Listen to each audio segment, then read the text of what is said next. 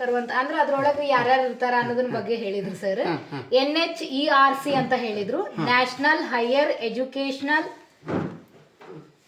ಒಂದು ನಿಮಿಷ,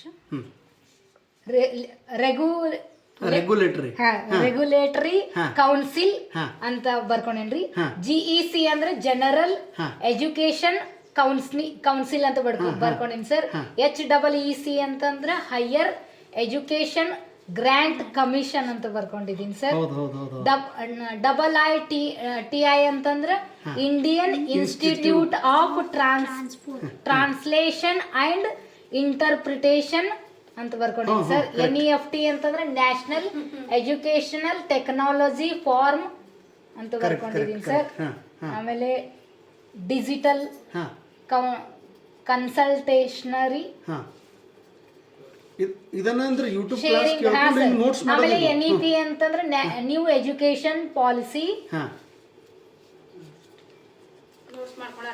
ಹಾ ರೀ ಸರ್. ಅಂದ್ರೆ ಕ್ಲಾಸ್ ಆಮೇಲೆ NEP ಯ ತತ್ವಗಳು ಅಂತ ಬರ್ಕೊಂಡು ಆಕ್ಸೆಸ್, ಇಂಗ್ಲಿಷ್ ಇದೊಳಗಿಂದ ಬರ್ಕೊಂಡು equality, yes, authority, yes, accountability, inclusive, yes, participatory, holistic approach. NCF ಅಂದ್ರೆ ನ್ಯಾಷನಲ್ ಕರಿಕ್ಯುಲಮ್ ಫ್ರೇಮ್ವರ್ಕ್.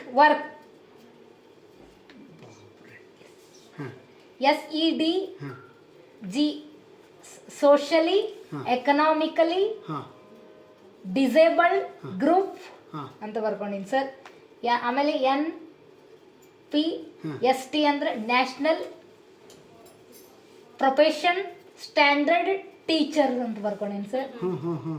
SSC ಅಂದ್ರೆ ಸ್ಟೇಟ್ ಸ್ಕೂಲ್ ಸ್ಟ್ಯಾಂಡರ್ಡೈಸ್ಡ್ ಅಥಾರಿಟಿ ಅಂತ ಬರ್ಕೊಂಡಿನಿ ಸರ್.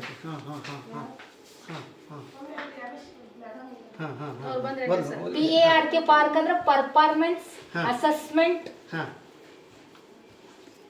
ರಿವ್ಯೂ ಅನಾಲಿಸಿಸ್ ಆಫ್ ಬರ್ರಿ ತಂಗಿ ನಾಲೆಜ್ ಈ ತರ ಬರ್ಕೊಂಡಿದ್ದೀನಿ.